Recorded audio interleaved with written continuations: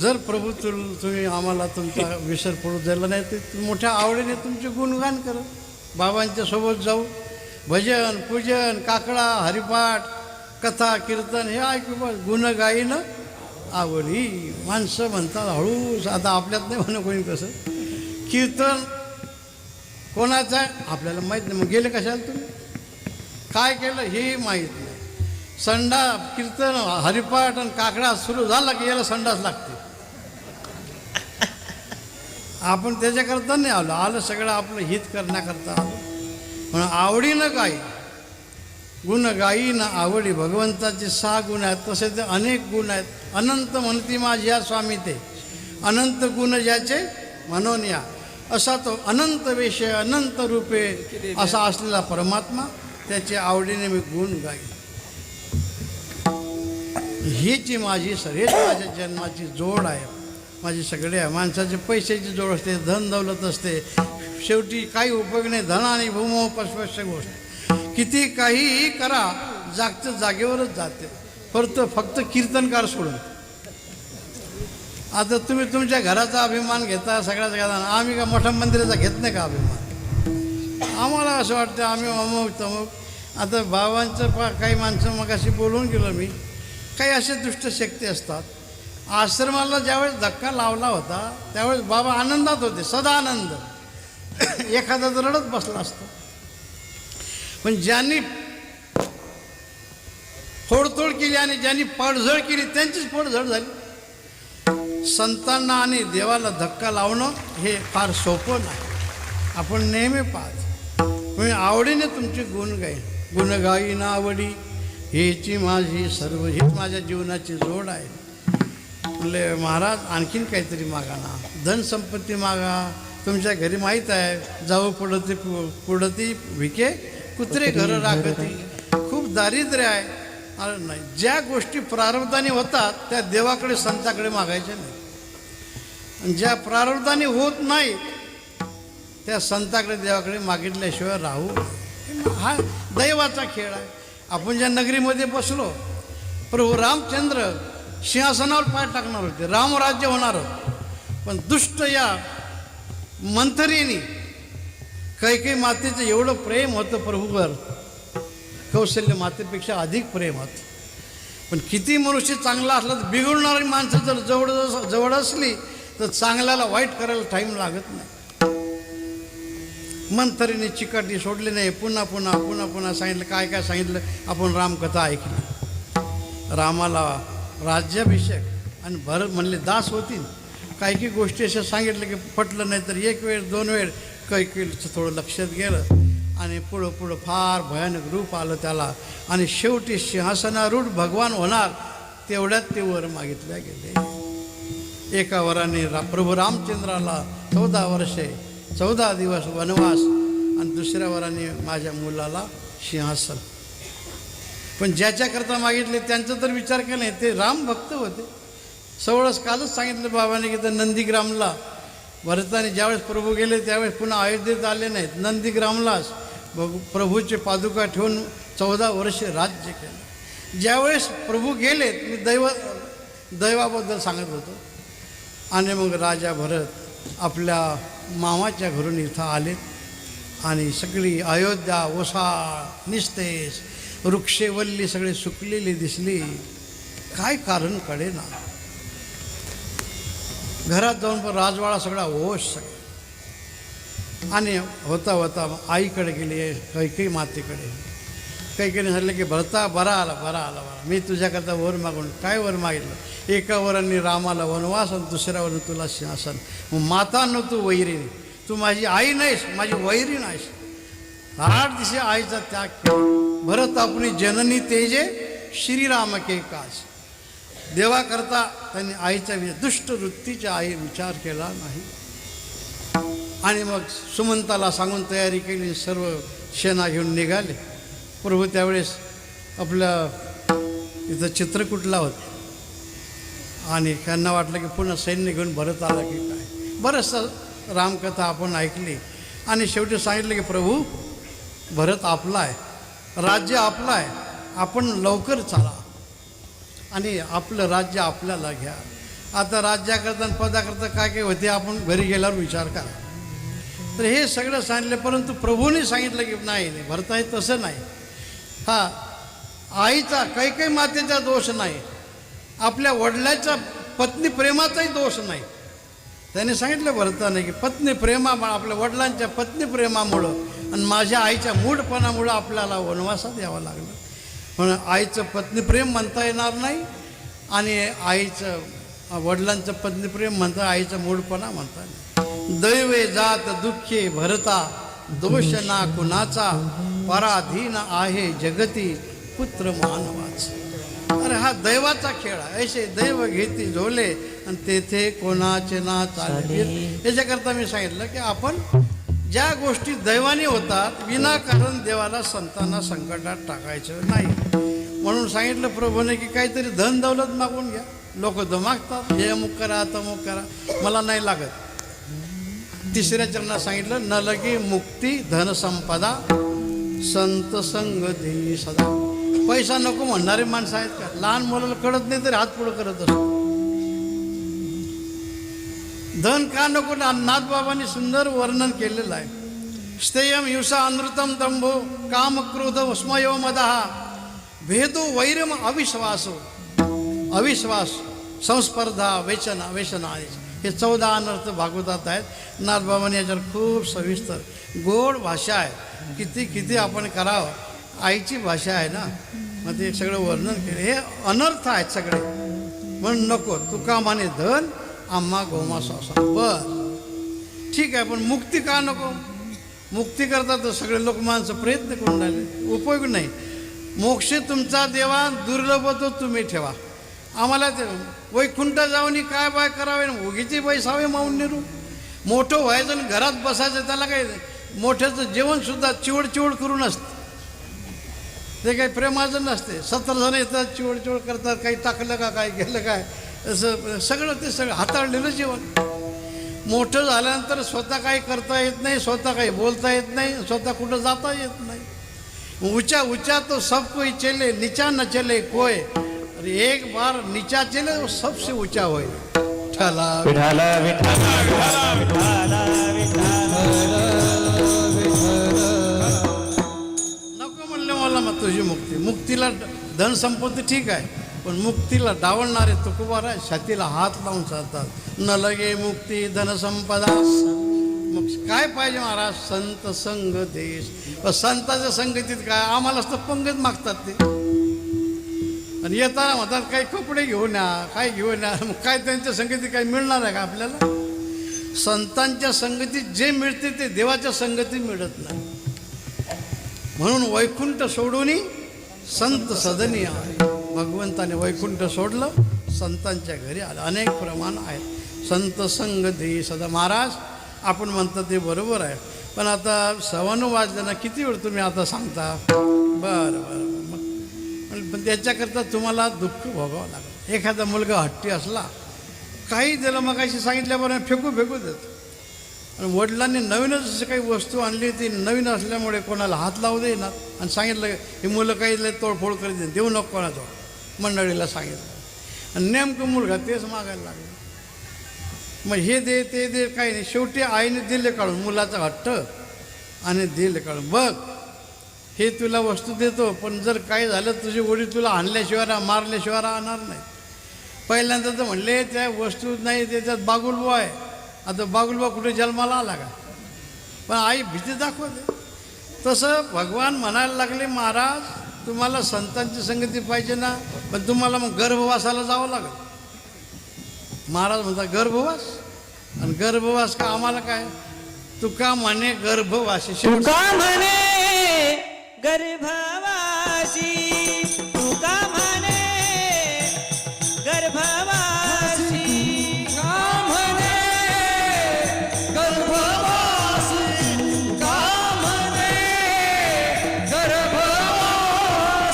सुखे घालावे आम्हासी, सुखे घालावे आम्हासी, आम्हासी गुण गाईन आवडी, गुण गाईन आवडी.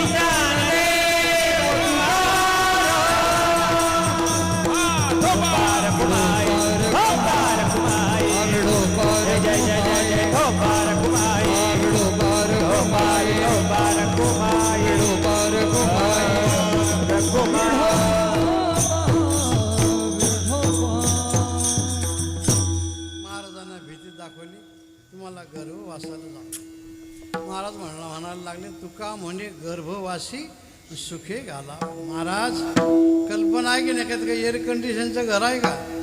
म्हणले नाही. महाराज म्हणले मला कल्पना, मीच तर तुझ्याकडे माझ्याकडे पत्र अजून जावक नंबर लिहिलेला आहे, तुझ्याकडे अर्ज पाठवला होता.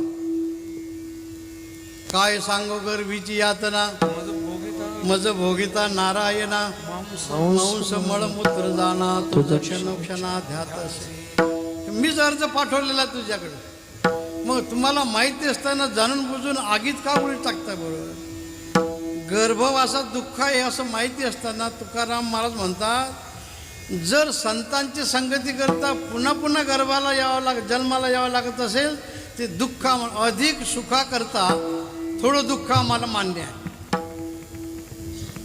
सुखे घालावे आम्हाशी, सुखाने आम्हाला जन्माला लागला. आता पुनरपी जननम पुनरपी मरणम आद्य शंकराचार्यांनी सांगितलं. पण आपल्या संत ज्ञानोबारायने याच्या पुढे जाऊन सांगितलं, अगा उपजनी आणि निमाने हे साचची जे का मानने, तया मृत्यू लोक म्हणे संसार. जन्म आणि मरण्याच्या पेक्षा मी जन्माला आलो आणि मी मरायला लागलो किंवा मेलो. जन्माची जाणीव आणि मरणाची जाणीव जिथं आहे हेच बाधक आहे. प्रारब्धाप्रमाणे सगळं काय होत असेल. महाराजांनी सांगितलं, तुका म्हणे गर्भवासी सुखी घाला, सुखाने आम्हाला गर्भवासाला घाला. पण संतांच्या संगतीमध्ये येऊ द्या. प्रवासात तर असंच आहे. तुम्ही पायी पायी, आता आमचे बाबा इथं कुठं बसले म्हणून पायी आले तिथून, हा समोरच आहे का, आणि एवढं वजन ग्रंथ घेऊन आले. काल महाराजांनी खूप वर्णन केलं. मग इतके किती कष्ट पडले असतील ते आता त्यांचं त्यांना माहिती आहे. मग काही गाडीने आले कष्ट, विमानाने जरी आले तर तुम्ही सगळं घरदार सोडलं तर 8 घंटे विमान लेट आले, तर पुन्हा तर कुठेतरी गेलं तर विमान निघून गेलं. काय ते काय सुख थोडंच आहे, दुःखच आहे विमानाने सुद्धा. प्रवास एवढा सगळं सुख दुःख सहन करून आपण इथं आलात. सगळं दुःख सहन कशा करता? रामा करता. काल आपण ऐकलं, राम म्हणता रामाची होईल. म्हणून आपल्याला संताकडे देवाकडे मागणी करायची, प्रभू आम्हाला दुसरं काही देऊ नको, फक्त तुझा विसर पडू दे. विसर पडण्याचे कारण असतात मान सन्मान संपत्ती गुण अवगुणही त्याच्यात येतात. ह्या सगळ्या गोष्टींनी आपल्याला विसर पडण्याचा संभव असतो. मुलगा कुठपर्यंत आई आई म्हणते, वर्षे 2 वर्षे 4 वर्षे 5 वर्षाचा. एकदा त्याला कळायला लागलं आणि पब्लिक स्कूलमध्ये घातला आणि नंतर नोकरीला परदेशात गेला. जरी फोन केला, आई वडील जास्ती आजारी आहेत, आई असेल किंवा नसेल, लवकर ये म्हणले. आता काय 10व्याला 13व्याला यावंच लागेल. मग नंतरच येतो म्हणले, आता सवड नाही आम्हाला. म्हणले सगळं विसर पडत जाते. मग असा विसर पडू नये. प्रभू तुझ्या चरणाजवळच आम्हाला कायम ठेव. हे चिदान देगा देवा तुझा विसर न व्हावा. म्हणून बाबांनी सर्वांना घेऊन प्रभूच्या जवळ आला. आता थोडे 5 मिनटं आपले घेतो. ज्या भूमीमध्ये आपण आला प्रभूचं, आता मग असे नाव घ्यायचं ना, आमचे पेनोरे महाराज ते इथं आले. हे सर्व संत आपण जे उपस्थित संत आहेत, आज आपण भाग्यवान आहोत. दिव्य भव्य मंदिर आपण पाहून राहिलो. विश्व हिंदू परिषदेचं नियोजन, कार सेवकाचं जीवदान, संपूर्ण देश विदेशातील सर्व भक्तांचं प्रेम भक्ती, ह्या सर्वांच्यामुळे हा सगळा योग आपला घडून आलेला आहे. ज्या जागेवर आपल्याला जाता येत नव्हतं, सगळ्या काठ्या बाबडी तारेचे कंपाऊंड, एवढी मिलिटरी होती. 5-5 फुटावर बंदुकी फटका दाबूनच तिथं नुसतं गेले माणसं, नुसतं वळ्याचंच ठेवत होते. उंच मनोरे केले होते घरादारावर, का काही करू नये म्हणून. त्या खुपा काठाचे रक्षण. त्यावेळेस आता आपला कार्यक्रम झालता आपला वारकऱ्यांचा, त्या डाच्या पुढं आम्ही त्यावेळेसही बोललो होतो की आमच्या प्रभूचं वैभव एवढं आहे, पडक्या जागेकरता मिलिटरी रक्षणाला आहे. कुठल्याही एखाद्या टाटा बिर्लाच्या पडक्या घराला असेल का? पडक्या जागेला मिलिटरी. किती वर्षे? 500 वर्षे. हे रामाचं वैभव आहे. आणि मग हे सगळं रामाचं वैभव आज आपण खऱ्या अर्थाने त्रेतायुगात गेल्यासारखं पाहून राहिलो. खूप खूप ह्या सगळ्या मंडळींनी एवढे कष्ट केलेत. आपलं रक्त काहीतरी दूषित असेल, वाईट असेल, त्याच्यात काहीतरी खाण्यापिण्याची बाधा झालेली असेल म्हणून आपलं रक्त प्रभूला नाही आवडलं. मग आमच्या कारसेवकाचं रक्त ज्यांना आवडलं त्यांना आपण मुजरा करूया, अभिनंदन करूया. घरादाराचा विचार कधी केला नाही. ज्यावेळेस सगळे आपले मिलिटरी संत निघाले,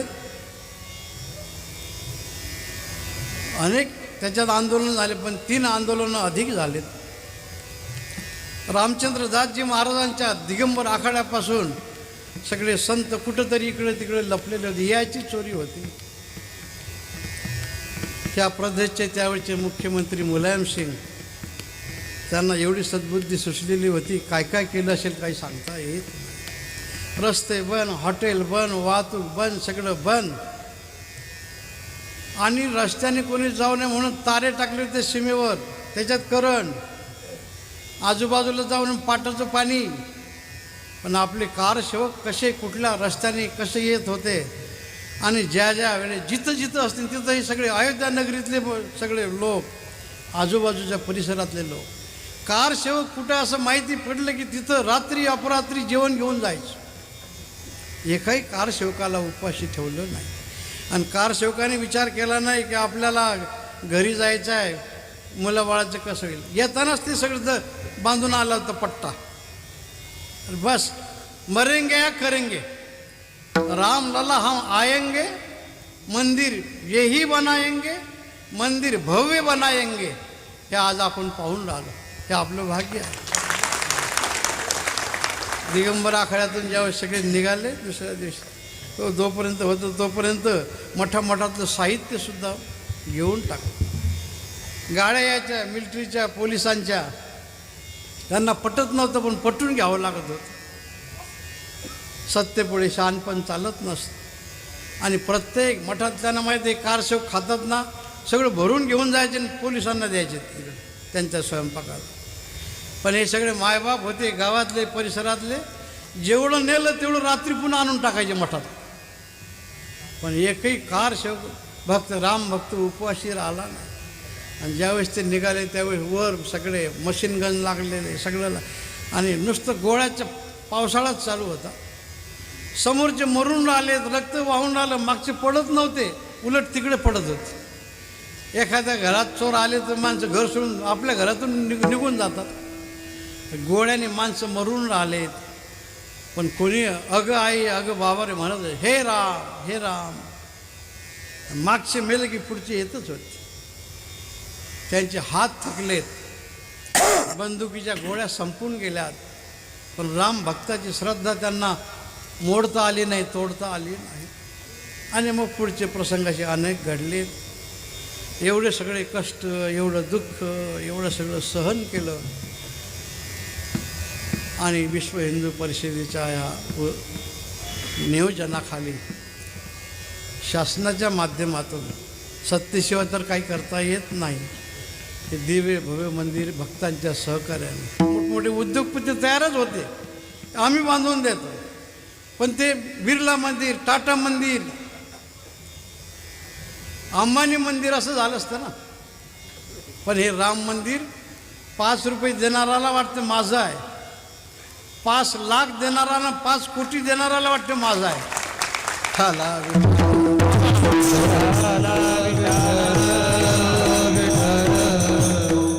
सगळ्यांचा हातभार लागला. साधू, संत, उद्योगपती, नट, नट्या, गायक, खेळाडू, जे जे कोणी असतील ते कोणीच हयगई केली नाही. जवळजवळ 2000 कोटीपर्यंत खर्च झालेला आहे. आणि आपण आता पाहून घ्या, मंदिर जगामध्ये तुम्हाला नाही दिसणार. अयोध्येचं नुसतं हे मंदिर नाही, हे संस्काराचं मंदिर आहे आणि संस्कृतीचं मंदिर आहे. जगाने आता इथे धडे शिकण्याकरता यावं म्हणून आमच्या योगीजींनी, मुख्यमंत्र्यांनी फार मोठी सोय केली. आणि पंतप्रधानांनी नाव तर घेतलंच पाहिजे. ज्यांनी गोळ्या घातल्या त्यांचंही नाव आपल्याला घेतलं पाहिजे आणि ज्यांनी काम केलं त्यांचंही घेतलंच पाहिजे. म्हणून इंटरनॅशनल लेवलवर जगातून कुठल्याही शहरातून यायचं ठरलं तरी अयोध्येला येता येईल असे विमानतळ झालेलंही आहे. रेल्वे स्टेशन तुम्ही जाऊन बघा, एखाद्याला सवय नसेल ना पाहिलं नसेल, विमानतळाला लाज वाटत असेल, रेल्वे स्टेशन आहे. रस्ते हे सगळं केलेलं आहे. बाकी मंदिर सगळं झालं, आपण डोळे भरून रोज पाहिलं, हेच आपलं सद्भाग्य आहे. आणि आपण अशा या पवित्र जागेवर आलात. फक्त रामाच्या मंदिराची तर आठवण आहेच आपल्याला, पण रामभक्तीची आठवण राहू द्या याच्याकरताच बाबांनी देवाकडे, प्रभू रामचंद्राकडे ते मध्यस्थी आहेत आपल्या, की नाही माझे भक्त तुमचा विसर पडू देणार नाही, तुझा विसर न व्हावा. म्हणून आलेल्या सर्व भक्तगणांचं आम्ही अभिनंदन करतो. खूप कष्ट दुःख सहन करून आपण इथं आलात आणि कथा कीर्तन आपण ऐकलेलं आहे. उद्या पूजेने महाराजांच्या योगीबाबांच्या कार्यक्रमाने, कालच्या कीर्तनाने कार्यक्रमाची सांगता होईल. आणि सांगता झाली म्हणजे काम संपलं असं नाही. ही सगळी शिदोरी घेऊन जा, ज्यावेळेस वाटेल त्यावेळेस थोडी थोडी काढून खात जा घरी. याच्याकरता सत्संग आहे. म्हणून सर्वांचं आम्ही अभिनंदन, बाबांच्या चरणी नतमस्तक होतो. आणि सर्व गुणीजन, गायक, वादक या सर्वांनाही आम्ही नमस्कार करून शब्दास सर्व माता भगिनी, आता माता भगिनी म्हटल्यानंतर लाडक्या बहिणीच आहेत त्या, त्याच्यामुळे प्रश्नच नाही. देवाचे लाडक्या आहेत आणि सगळ्यांच्या, म्हणून सर्वांचं अभिनंदन, शब्दास विराम. आतापर्यंत झालेल्या सेवेमध्ये काही कमी अधिक बोलल्या गेलं असेल, सर्वांची क्षमा मागतो. ज्ञानेश्वर माऊली ज्ञान